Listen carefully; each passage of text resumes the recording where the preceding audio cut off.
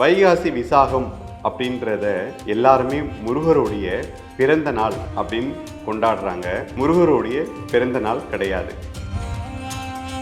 வைகாசி விசாகம் முருகருடைய பிறந்த நாள் இல்லை அப்படின்னா என்ன? முருகப்பெருமான அப்படியே 6 முகத்தோட குழந்தையா தூக்கி ஆதிபராசக்தி தன்னோட மடியில உட்கார வைத்த நாள் தான் இந்த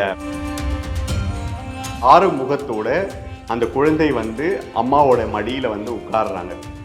அந்த அவதாரத்தை தான் நாம துர்காதேவியின் 5வது அவதாரமான ஸ்கந்த மாதா அப்படின்னு சொல்றோம். 2 பேருக்கு தான் பார்வதி தேவி அவங்களுடைய முளைப்பாலை கொடுத்தாங்க.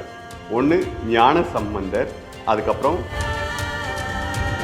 எல்லாம் வல்ல பரம்பொருள் சிவபெருமான், ஜோதிஷ ரூபம் அப்படின்னு சொல்லுவாங்க. ஆதியும் அந்தமும் இல்லாதவர் அவர். அவரை போன்றுதான் முருகப்பெருமானுக்கும் பிறப்பும் இறப்பும் கிடையாது.